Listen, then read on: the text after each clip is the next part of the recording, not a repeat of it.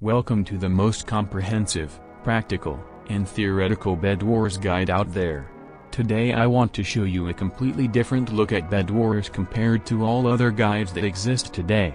I believe Bedwars, while a technical game requiring good mouse and keyboard control, is not only about technical skill.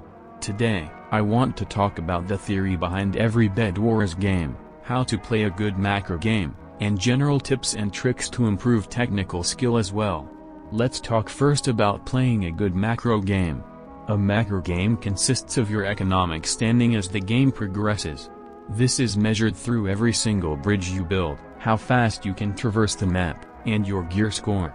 Having good infrastructure allows you to get places quicker, which is a massive advantage in Bedwars, because it can be converted into free pressure, upgrades, and good fight trading.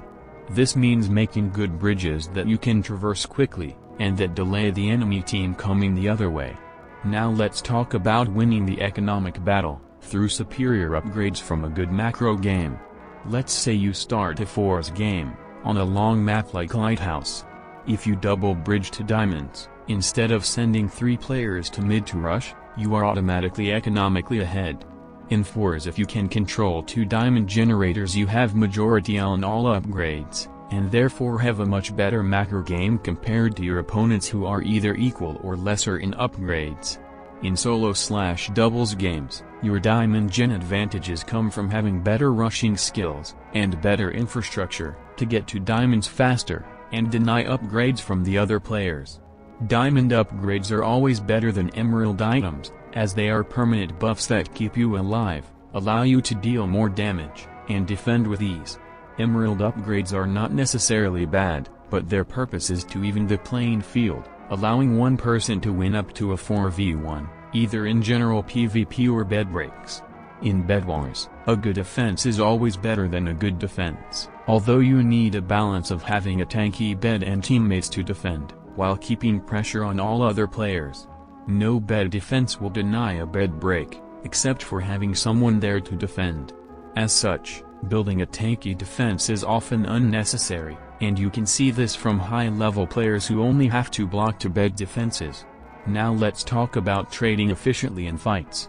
If you have a higher gear score than your opponent, and it is economically or strategically efficient to go for the fight, say they just got 8 EMS from mid, or are on their way to your base, go for it.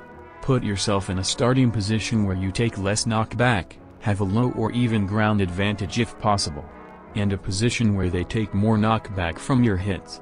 Begin the fight block hitting, to reduce incoming damage and deal the same amount. If you are against a wall, go for crits. It's really not that difficult to trade efficiently, even if you are considerably outmatched by your opponent. To recap, having good bridges and infrastructure allows faster gameplay and movement, putting you ahead. Getting and defending diamond generators and emerald generators allow you to get economically ahead. And having a good starting position for PvP lets you trade efficiently, putting you ahead skills-wise automatically. Next, let's talk about confidence. Confidence is the single most important aspect of Bedwars, and PvP in general. If you think you will win a fight, or you know you can go for that sick play, oftentimes that is what happens. Now I'm not saying to be reckless, but rather conservative and understand your limits and apply those limits at the perfect time. If you always think you are better than your opponent, you might be surprised at the success in engagements. I hope I've adequately conveyed how to play a good macro game, and hope to see you use this knowledge in your future games. If you would like, and show support for videos like this, I will make more videos covering different aspects of Minecraft, because there is an almost unlimited amount of things to get better at. Anyways, have a nice day, drop a like, and subscribe so I can feel good about myself.